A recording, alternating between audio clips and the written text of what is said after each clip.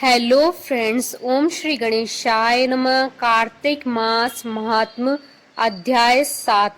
सब प्रकार के विघ्नों का नाश करने वाले तथा सारी सृष्टि का पालन करने वाले श्री गणेश जी, ज्ञान की दाता देवी श्री सरस्वती जी तथा सब पुराणों के कर्ता श्री व्यास जी तथा गुरुदेव के चरण कमलों में नमस्कार करके भगवान की श्रद्धा और भक्ति रस में डूबे हुए कार्तिक मास महात्म की कथा कहती हूँ। अध्याय 7 प्रारंभ। मंगलकारी श्री हरि का सच्चा नाम ध्याऊं, कार्तिक मास महात्म का 7वां अध्याय बनाऊं। नारद जी ने कहा, हे राजन, कार्तिक मास में व्रत करने वालों के नियमों को संक्षेप में बतलाता हूँ, उसे आप सुनिए। व्रती को सब प्रकार के आमिष, मांस, उड़द, राई, खटाई तथा नशीली वस्तुओं का त्याग कर देना चाहिए। व्रती को दूसरे का अन्न ग्रहण नहीं करना चाहिए, किसी से द्वेष नहीं करना चाहिए और तीर्थ के अतिरिक्त अन्य कोई यात्रा नहीं करनी चाहिए। देवता, वेद, ब्राह्मण, गाय, व्रती, नारी, राजा तथा गुरुजनों की निंदा नहीं करनी चाहिए।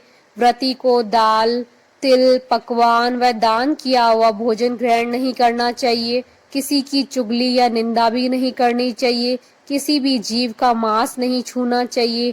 पान, कत्था, चूना, नींबू, मसूर, बांसी तथा जूठे अन्न का प्रयोग नहीं करना चाहिए। गाय, बकरी तथा भैंस के अतिरिक्त अन्य किसी पशु का दूध नहीं पीना चाहिए। कांस्य के पात्र में रखा हुआ पंचगव्य, बहुत छोटे घड़े का पानी तथा केवल अपने लिए ही पका हुआ अन्न प्रयोग करना चाहिए। कार्तिक माह का व्रत करने वाले मनुष्य को सदैव ब्रह्मचर्य का पालन करना चाहिए। उसे धरती पर सोना चाहिए और दिन के चौथे पैर में केवल एक बार पत्तल में भोजन करना चाहिए।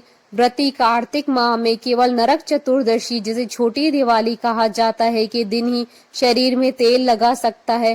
कार्तिक माह में व्रत करने वाले मनुष्य को सिंगाड़ा, प्याज, मट्ठा, गाजर, मूली, काशीफल, लौकी, तरबूज, इन वस्तुओं का प्रयोग बिल्कुल नहीं करना चाहिए।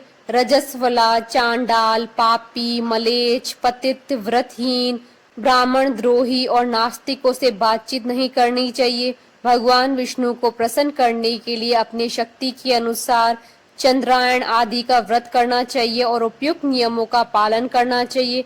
व्रती को प्रतिपदा को कुमड़ा, द्वितीया को कटल, तृतीया को तरुणी, चतुर्थी को मूली, पंचमी को बेल, षष्ठी को तरबूज, सप्तमी को आंवला, अष्टमी को नारियल, नवमी को मूली, दशमी को लौकी, एकादशी को परवल, द्वादशी को बेर, त्रयोदशी को मट्ठा, चतुर्दशी को गाजर तथा पूर्णिमा को शाक का प्रयोग नहीं करना चाहिए। रविवार को आंवला का प्रयोग नहीं करना चाहिए। कार्तिक माह में व्रत करने वाला मनुष्य यदि इन शाकों में से किसी शाक का सेवन करना चाहे तो पहले ब्राह्मण को देखकर ही ग्रहण करे। यही विधान माघ माह के व्रत के लिए भी है। देवोत्थनी एकादशी में पहले कही गई विधि के अनुसार नृत्य, जागरण, गायन, वादन आदि करना चाहिए। इसको विधि पूर्वक करने वाला मनुष्य को देखकर यमदूत ऐसे भाग जाते हैं जैसे सिंह की गर्जना से हाथी भाग जाते हैं।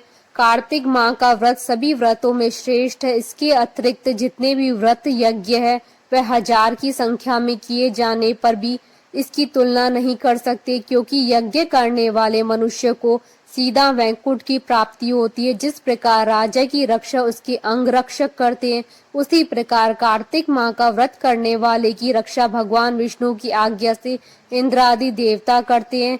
व्रती मनुष्य जहाँ कहीं भी रहता है वहीं पर उसकी पूजा होती है, उसका यश फैलता है। उसके निवास स्थान पर भूत, पिशाच आदि कोई भी नहीं रह पाते हैं।